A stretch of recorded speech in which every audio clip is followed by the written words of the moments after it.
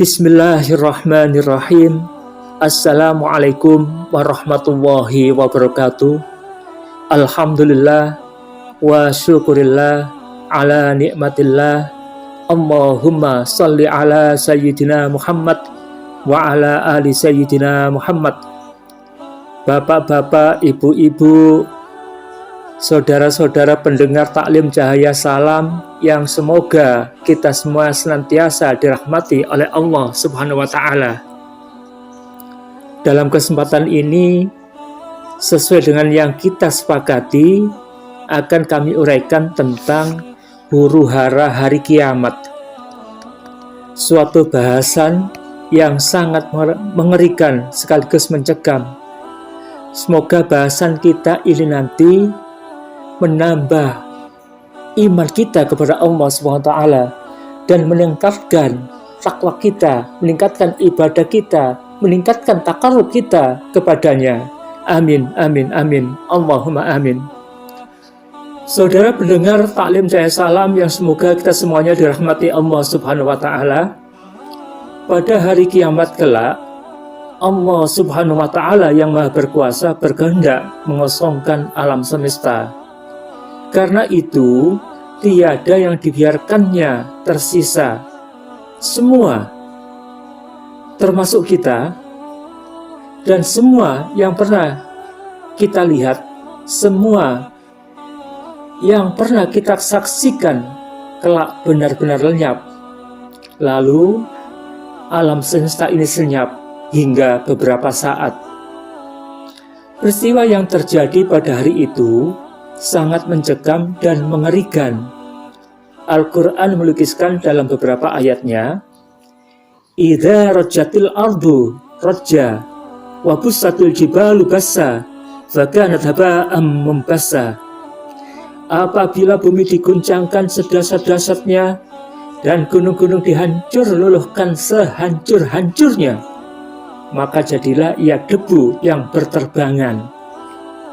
Bisa disimak nanti di rumah dalam Quran surat Al-Waqi'ah ayat 4-6.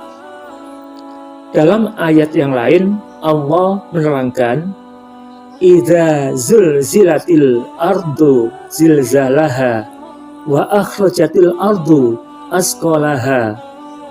Apabila bumi diguncangkan dengan goncangan yang dahsyat dan bumi telah mengeluarkan beban-beban berat yang dikandungnya, bisa kita bayangkan. Nanti silahkan disimak di Quran surat Al-Zalzalah ayat 1 ayat 2. Jadi kalau sampai di rumah nanti, kalau nggak sempat ya besok Bu ya, Pak ya. Kita tidak boleh malas-malasan untuk mengkaji dan memahami Al-Quran. Kemudian saya simpulkan dalam beberapa ayat yang lain bahwa Al-Quran memberitakan pada hari itu, ini mohon maaf tidak saya sebutkan, tidak saya bacakan ayat-ayatnya karena terlalu panjang nanti waktunya. Hanya kesimpulan dari ayat-ayat tersebut. Al-Quran memberitakan pada hari itu matahari digulung dan bintang-bintang berjatuhan. Kalau yang ingin mencatat silakan dalam surat At-Takwir surat 81 ayat 1-2. Langit benar-benar bergoncang. Quran surat At-Tur yaitu surat 52 ayat 7 dan 8. Langit terpecah belah mengeluarkan kabut putih. Quran surat Al-Furqan surat ke-25 ayat 25-26. Lalu langit digulung dengan tangan kanan kekuasaannya. Jadi tangan kanan itu hanya kiasan yang menggambarkan kekuasaannya. Quran surat Az-Zumar yaitu surat ke-39 ayat 67. Dan laut tidak dibiarkan begitu saja Pak Bu seperti sekarang ini. Laut diluapkan. Quran surat At-Takwir yaitu surat 81 ayat 6. Bagaimana nasib kita sebagai manusia pada hari itu? Nah, ini kan pertanyaan yang harus kita telaah dalam ayat Al-Quran juga. Manusia pada hari itu benar-benar dicekam ketakutan dan kengerian.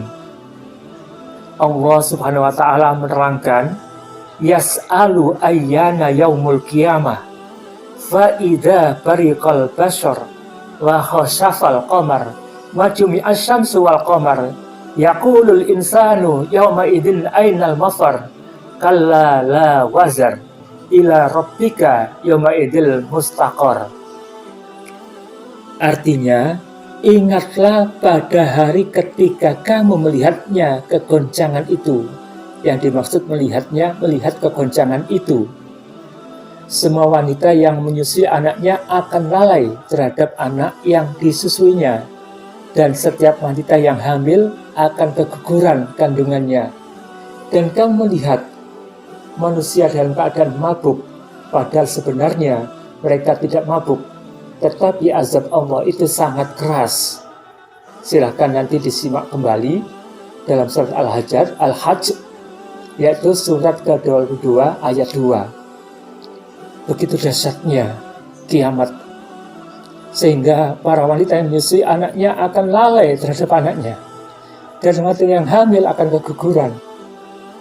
Dan kita semuanya sempoyongan seolah-olah mabuk, padahal sebenarnya kita tidak mabuk. Tetapi azab Allah itu sangat keras. Dia bertanya, kapankah hari kiamat itu? Maka apabila mata terbelalak ketakutan dan bulan pun telah hilang cahayanya, lalu matahari dan bulan dikumpulkan, pada hari itu manusia bertanya, kemana tempat lari? Tidak ada tempat berlindung, hanya kepada Tuhanmu tempat kembali pada hari itu. Quran Surat Al-Qiyamah, yaitu surat 75 ayat 6-12. Nanti silakan bisa dibuka kembali, dibaca kembali, barangkali ada kesalahan.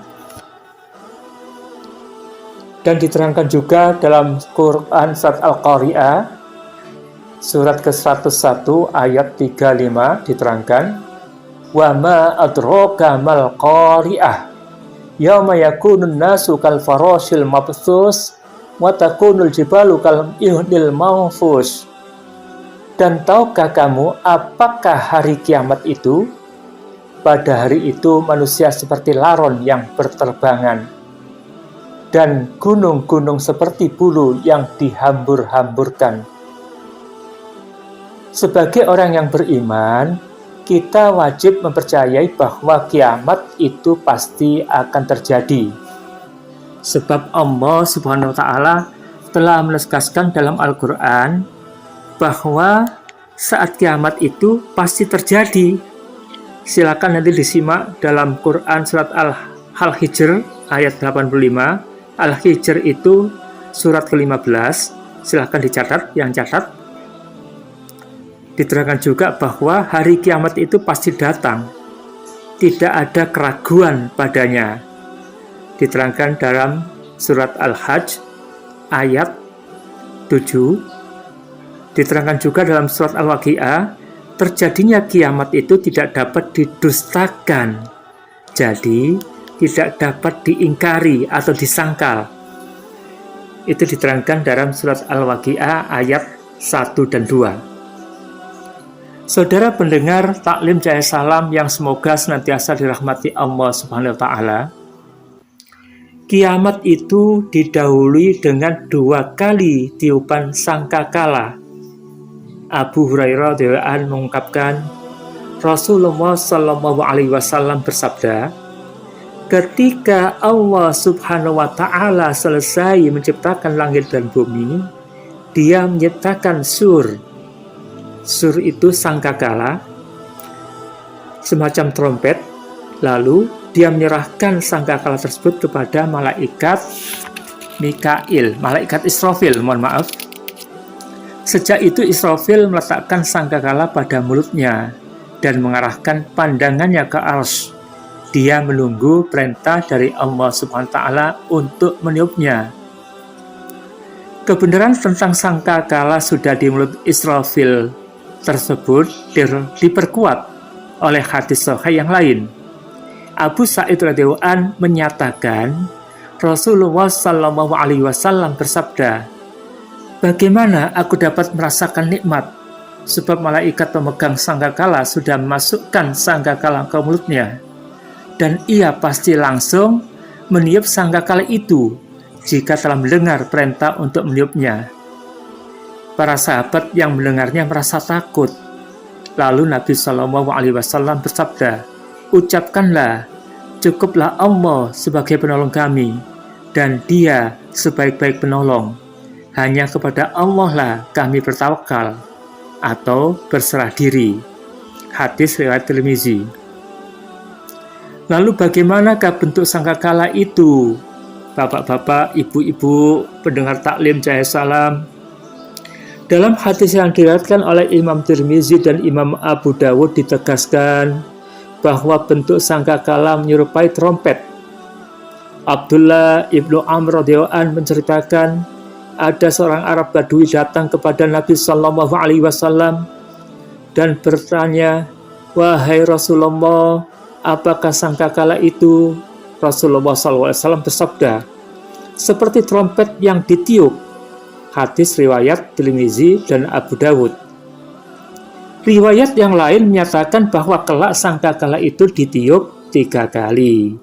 Tiupan pertama untuk faza, kejutan, tiupan kedua untuk sa'iq, kematian, dan tiupan terakhir untuk ba'ats, yakni hari kebangkitan, dibangkitkannya ruh-ruh dari alam kubur. Jadi setelah tiupan ketiga keluarlah ruh-ruh sebagai lebah yang memenuhi ruang antara langit dan bumi. Lalu masuklah mereka ke dalam jasad masing-masing melalui hidungnya di alam kubur. Tetapi dalam riwayat-riwayat lain yang banyak dikutip menegaskan bahwa tiupan sangkakala malaikat Israfil itu hanya terjadi 2 kali. Ini yang sesuai dengan pemberitaan dalam Al-Quran. Wa nufikha fis suri fa sa'iqa man fis samawati wa man fil ardi illa man sya'allah. Summa nufikha fihi ukhra fa idahum qiyamun yanzurun. Mohon maaf ini karena mata sudah agak mendereng. Maklumlah, udah lelah Pak, Bu. Dan sangkakala pun ditiup, maka matilah semua makhluk yang di langit dan di bumi, kecuali yang dikehendaki oleh Allah Subhanahu wa Ta'ala. Kemudian ditiup sekali lagi sangkakala itu, maka seketika mereka bangun dari kuburnya menunggu putusan Allah Subhanahu wa Ta'ala. Quran surat Az-Zumar ayat 68. Barangkali kalau ibu-ibu mau mencatat Az-Zumar itu Quran surat 39 ayat 68, silahkan dibuka kembali nanti. Kedua tiupan sangkakala yang diterangkan dalam ayat Al-Quran tersebut berarti meliputi pertama tiupan sa'iq, tiupan kematian, yakni mematikan makhluk hidup dan menghancurkan alam semesta ini. Maksudnya, setelah sangkakala itu ditiup pertama kalinya, matilah seluruh makhluk hidup. Alam beserta isinya pun hancur lebur sehancur-hancurnya.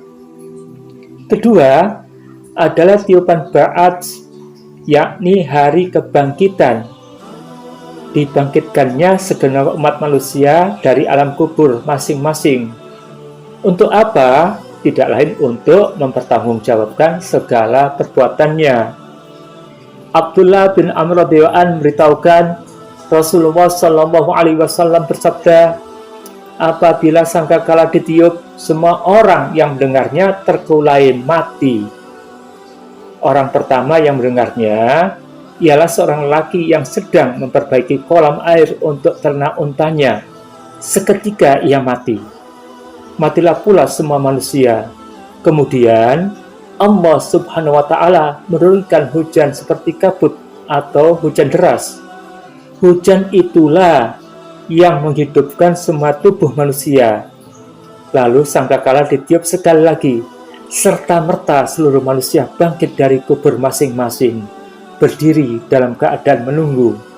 Lalu terdengarlah suara, "Wahai manusia, kemarilah kalian menghadap Rob, menghadap Tuhan kalian."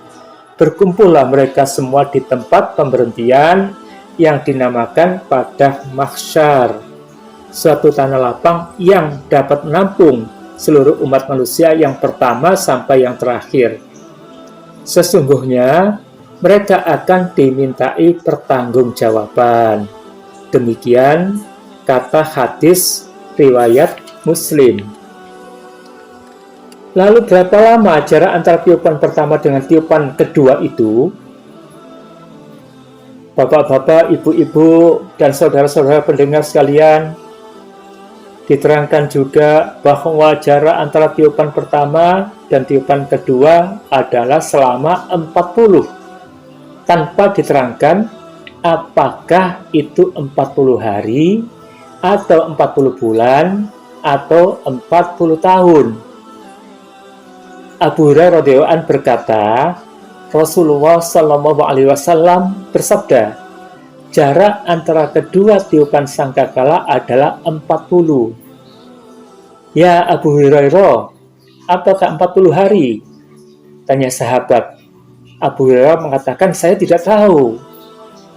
Lalu sahabat yang lain bertanya, apakah 40 bulan? Abu Hurairah mengangkat kedua bahunya lagi, saya tidak tahu. Sahabat yang lain menegaskan, apakah 40 tahun? Sekali lagi Abu Hurairah mengatakan, saya tidak tahu. Kemudian Allah menurunkan hujan, maka tumbuhlah manusia seperti pepohonan. Ketika itu, semua anggota tubuh manusia telah rusak, kecuali sebuah tulang belulang, yaitu tulang punggung bagian bawah. Maksudnya tulang ekornya. Dari tulang itulah manusia dihimpun kembali bentuknya kelak pada hari kiamat. Hadis ini diriwayatkan oleh As-Shaykhan, yaitu Bukhari dan Muslim. Untuk kali ini sekian dulu pengajian kita. Nanti kita lanjutkan dengan tema bagaimana cara iblis itu mati dan cara malaikat Israel mencabut nyawanya sendiri, masih dalam hiruk pikuk hari kiamat. Demikianlah uraian dari saya. Terima kasih banyak atas perhatiannya, kurang lebihnya mohon maaf. Wallahul muwaffiq ila aqwamit thoriq. Wassalamualaikum warahmatullahi wabarakatuh.